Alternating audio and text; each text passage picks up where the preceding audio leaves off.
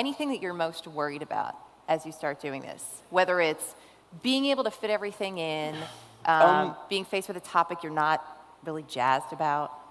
No, I mean, look, I'm not going to do anything that I'm not genuinely interested in, and I think daytime TV works best when it's authentic to who the person is, and so I'm not going to be pretending to be interested in anything I'm not interested in. And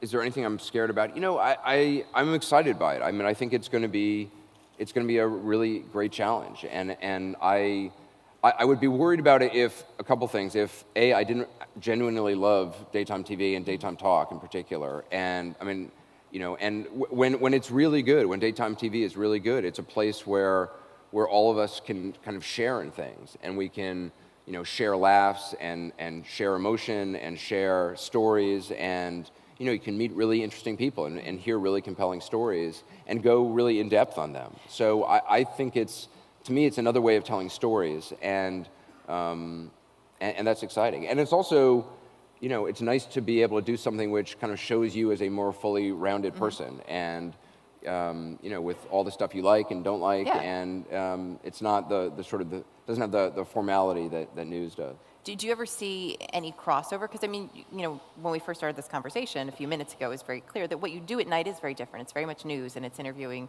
politicians and having all that on. And this is much more, sort of topics of conversation, things that people talk about in everyday life. But could you ever see a situation where there would be some overlap?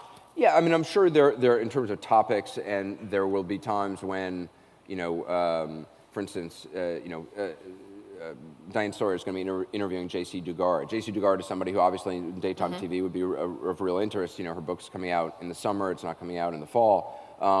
But that's somebody who certainly in a daytime format we would like to talk to, and that, somebody who certainly even CNN would probably like to talk to. Yeah. So there's definitely times when there'll be similar things, but the two shows are going to be very distinct and very different, and there's not going to be crossover of content in terms of like repurposing something just that was on CNN, repurposing in a daytime.